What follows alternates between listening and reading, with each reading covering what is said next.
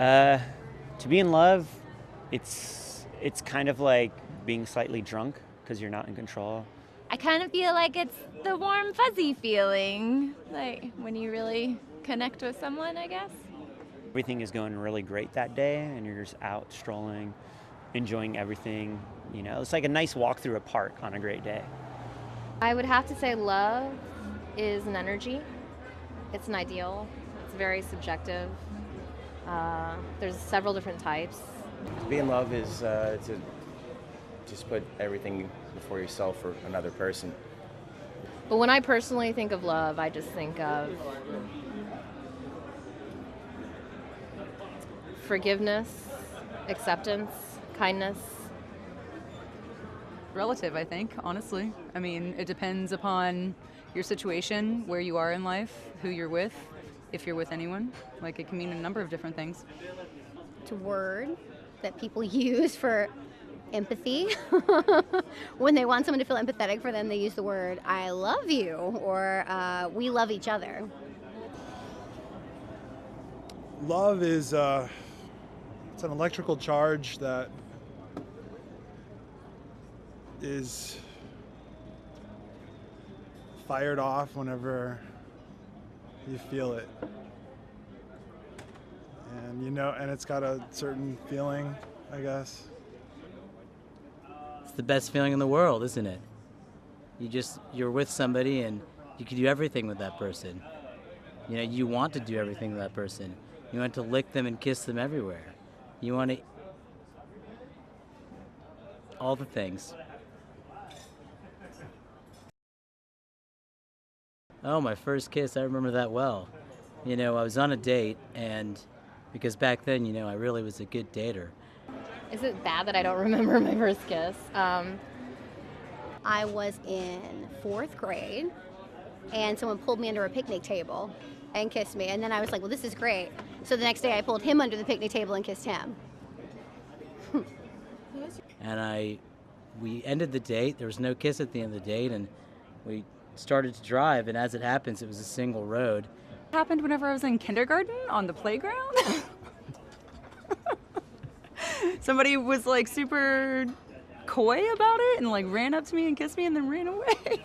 And she pulled off and parked, and so I came out of my car to check to see what the deal was, and I went up to her, and there was nothing wrong at all. I think she just wanted a little kiss, and that was my first kiss, and that's how it happened.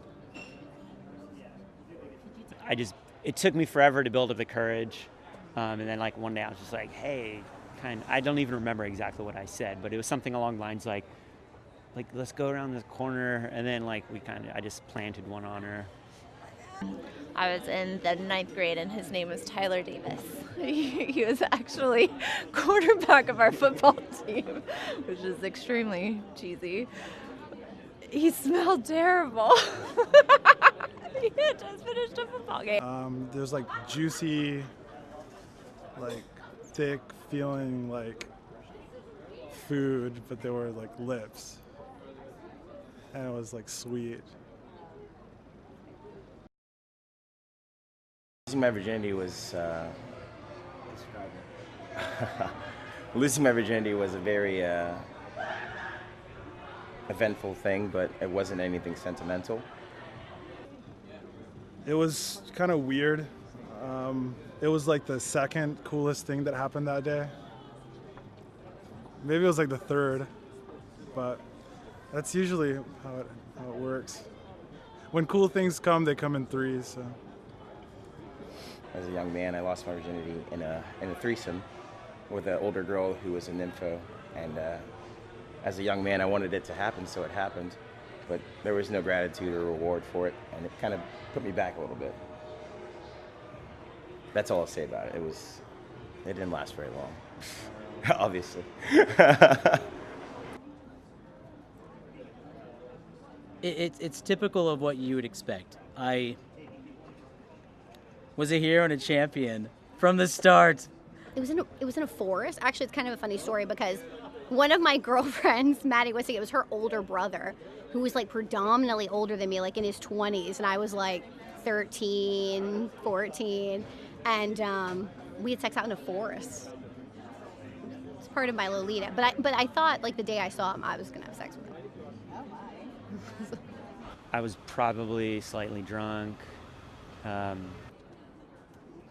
was drunk and I thought I was ready, and he was drunk too, and he couldn't quite get it up the entire time. Do you want names too? It was an experience where, you know, we had been seeing each other for a while, and it was a lot of heavy petting over a period of several months, and then it would just progress further and further until eventually it was like all the way in. So, Remember, like, we are already involved, and I kind of like whispered in her ear, I was like, this is my first time. if I can take myself back there in time, I would have to say,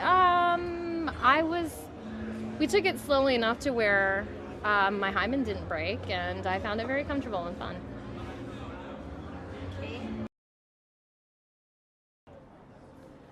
I think that heartbreak is just part of the process, isn't it? It feels. You know, I feel like heartbreak is a rite of passage. But girls are always very intimidating. So, I mean, I was heartbroken a lot just because, like, a crush would build up. And they call it a crush for a reason, because it hurts. That's why it's called a crush. Oh gosh, yeah, that's a good one. It's like being stranded on the side of the road after riding with somebody for like 2,000 miles. That sucks. Having had that happen recently, it sucks. You feel really alone. You don't know how to bounce back. You don't kind of lose a piece of who you are because you've really given yourself to another person. It sucks, but you just have to know that what you are deep down and keep trying to be that person. You know, bloated. So you eat a bunch of ice cream and fried chicken for the next 2.5 weeks. And drunk. Drunk? Yeah. It can feel devastating at first, but eventually you learn from the heartache, and you hope that you don't make mistakes again. You know, what you do is you're sad, and then you're down, and you kind of have to get up and you dust yourself off, and you just do it all over again.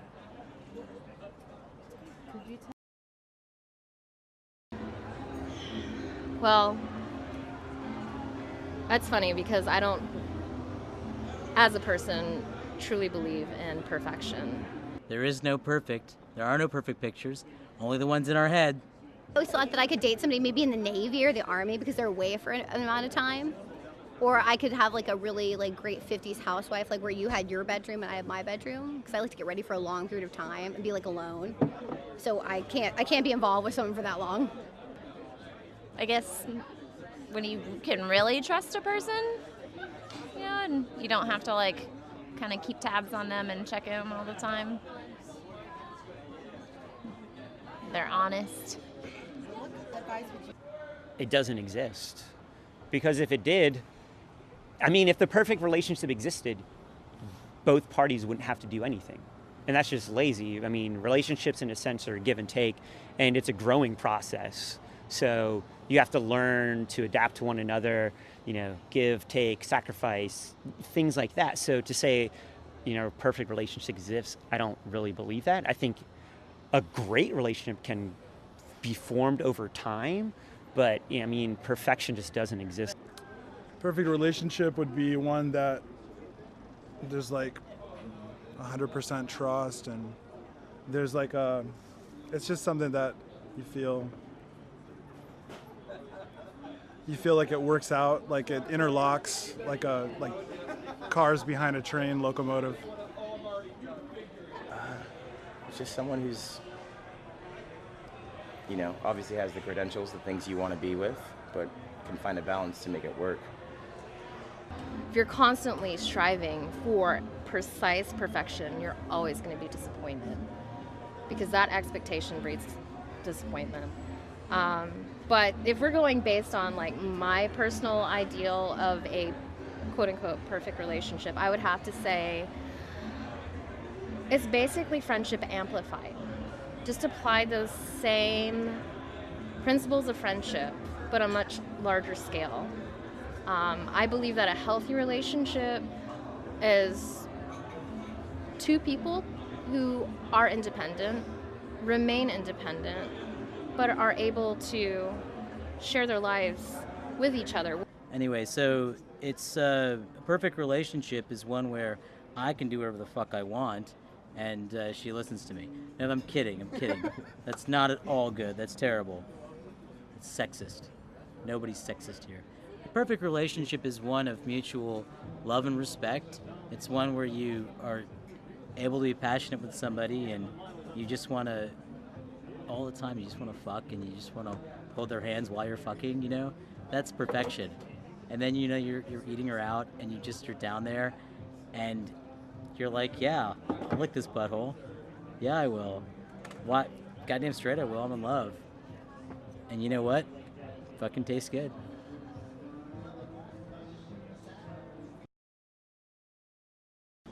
Deal breaker? I gotta like the way that the chick's voice sounds. Like, it's like I'm really, like, I like music a lot. I feel very in tune with, I'm very sensitive to what I hear, and if I don't like the way what I hear or what it sounds like, then that's a deal breaker. Deal breaker. My recent deal breaker that I didn't pay attention to was a girl I was with for a while who I loved. Didn't want her parents to know about me because I was not white.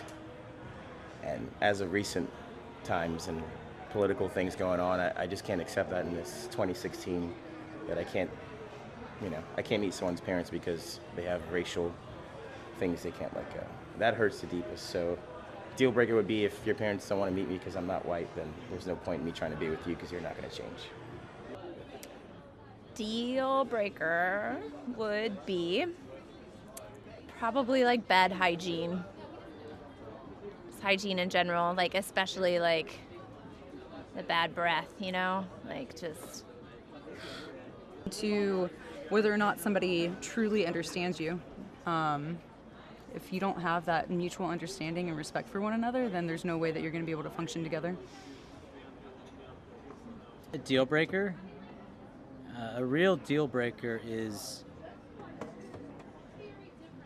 selfishness. I think that dishonesty, a lack of respect. Respect is the ultimate deal breaker. So yeah, I guess those are deal breakers. I don't want to be controlled. I don't want to be smothered. That's about it. Entering a relationship for the first time, just to take it slow and steady. Don't rush into anything because it's kind of stupid to do that. There's so much time that people don't realize that that they're constantly thinking the world's going to end, but it's all that matters is being in the right situation at the right time, because it could make or break your life. Know yourself. First and foremost, know yourself. Know what you want, know what you expect out of life, and expect that person to understand and be accepting of that. keep an open mind. I mean, you just met them, maybe, or maybe you've been friends for a long time, but you don't know how they are going to act in a relationship. Be like a sloth. Take your time. Learn me. Let's learn each other. Take your time. Sex is sex and love is love. You'll know the difference. But sex and love is still pretty awesome, so just be patient. You'll know if someone loves you. Take it for what it is, not for what it could be. Lots of people are dreamers, but if you just take things at face value, you're usually not disappointing yourself. You're going to take it all so seriously, but just be cool. Just be cool and let it happen as it will. Maybe that one relationship will be your only relationship, and you'll end up marrying that person, and you'll have kids with them, and they'll be your everything, and you'll be their everything. Usually it doesn't work out that way, but it might. So just let it go and do what it will. But just be cool. Don't be weird. Just be cool. Last question. Finish the end of the sentence. I would do anything for love, but I won't do That. Meatloaf said that already. That's such a good MTV video. No, do you remember it? He's like, no. Like, it's so good. He's like sweaty already, and you're like, love makes you sweaty. Love makes you sweaty. Meatloaf said it. Is it a spicy food? Do you? That. Meatloaf said it best.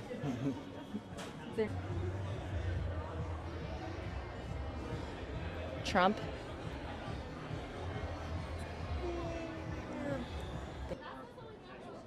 It's a terrible question. I won't pander for love. Won't pander for anything, you see. Heroin.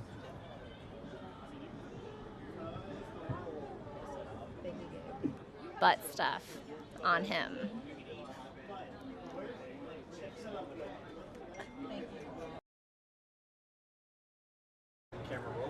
Sound. Hey, what's up? You ready? Yeah. Yeah. All right, camera rolling. All right, sound. Just the start. Well, yeah, I mean, What am I talking about? Love? yeah. Love, baby, yay. Okay, wait. As lit as I want to be. And sound rolling. Hello. I want to say, like, I love Iniesta. This soccer player. Yeah, Andres Iniesta. They really enjoy what they're doing. And I learn different skill sets and dialects based on what I'm watching. And I've learned a couple of moves, and I've related it to porn. I was like, oh, it's crazy, because it's just like porn. Like, I learned a lot of stuff from watching porn when I was younger, but the nuances are a little different now. There's not a lot of creativity. It's just like all bang, bang, money shot. Thank you. That was good. Okay, good. I'm like sweating. I woke up early. I went to work. It was election hangover day, and no one came in because everyone was upset. And then I watched Facebook for people that were just having a nervous breakdown. My brother told me he'll disown us, and that he's not coming to Florida until he has equal LGBT rights. So I was like, ooh, very political, very early. I haven't even had a cup of coffee yet. What the fuck? All right, got sound on. Closing thoughts. Delete that. Scratch that. That was like a good shot, too. I think we had one of the best. I hope you got what I was saying because I mumble on it.